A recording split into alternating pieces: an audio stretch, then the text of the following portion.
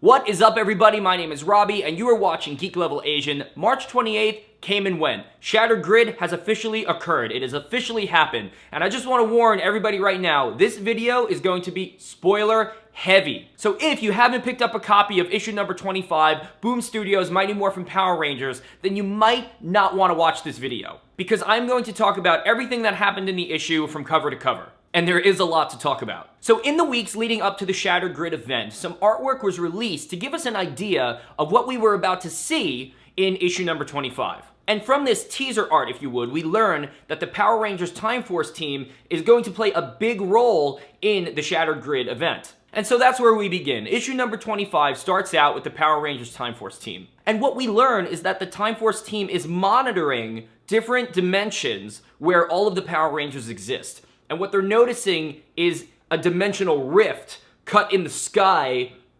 around all of these realities, all of these dimensions. Every dimension that has a Power Ranger team is experiencing the same phenomenon. And as soon as they go to investigate this rift between the dimensions, a few bad things happen. One, it looks like Time Force Blue, Green, and Yellow get ejected out of the Zord and they're just floating into space. I'm not sure if they're dead. Two, Wes and Jen get separated. Wes decides to stay in the Zord so that he can pilot it, and Jen is going to go through the rift. And as we know, they are romantically involved, so this pulled at our heartstrings a little bit. 3. Wes gets blown up! Well, we don't know if he actually was blown to smithereens. We saw the Zord explode. We don't know if he was in it, we don't know if he's still alive, but we are to assume at this point that he is quite possibly dead. Moving forward, we go back to our Mighty Morphin Power Rangers team. Jason is questioning Grace on all of the events that happened. He's looking at security footage of when Drakon escaped. And also what we're seeing now is the relationship and cooperation between Grace and the Rangers is now coming to an end. Jason, of course, being the leader, trying to see things from a higher level, has always questioned Grace's intentions. And now that the Rangers know that Grace secretly imprisoned Drakon in order to utilize his abilities to power all of Promethea, Jason has had it. He tells Grace, listen, we don't want you involved anymore because we can't trust you.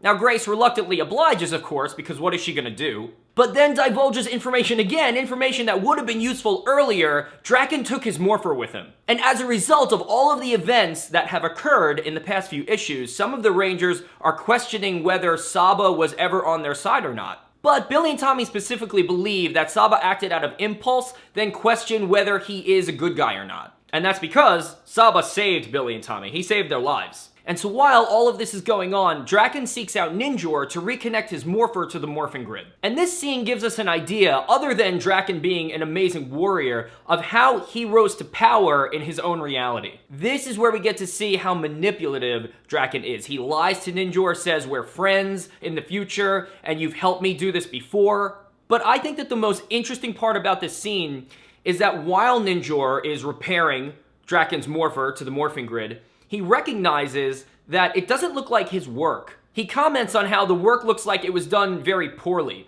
Now, I don't know how significant this is, if this is going to play a big part in the future. I don't really know what it means, but what we do know is that Ninjor recognized this. But what's also interesting is that after Ninjor repairs Drakon's morpher, he doesn't destroy him, he says, I'm gonna need you later. So he keeps him alive. I don't know what that is, we're gonna find out. So to be proactive, since Drakon has now escaped, the Rangers start to prepare. During this conversation, the Rangers decide maybe it's a good idea to put some extra defense around the command center. And now, with his working power coin, Drakon infiltrates the command center and steals the green Chaos Crystal. So now everything I just talked about, everything I mentioned, all leads up to what is about to happen. In a number of issues now, the writers have addressed the relationship between Tommy and Kimberly. And at this point in the story, their relationship isn't doing too well, and that's mostly because Kimberly is going through some personal things at home. There's some things going on with her parents, and she's pulled away a little bit from Tommy. She isn't really ready to have as strong of a relationship as it was when it started. But now in issue 25, she's now ready to explore again what a relationship with Tommy would be like. So towards the end of the issue, you see Tommy and Kimberly, they're walking out of a movie theater, they're having a friendly conversation, they're about to say goodbye, and Tommy goes in for the kiss. And although Kimberly is ready to now put herself back out there, in this moment, she's just not ready to do that yet. And Tommy understands. It's awkward, he walks home, he feels embarrassed, just like anybody would. But it's Kimberly who's actually second-guessing her decision, because she did want it to happen. She was just holding back, but she really does want it to happen. So she realizes this and she starts running back towards Tommy.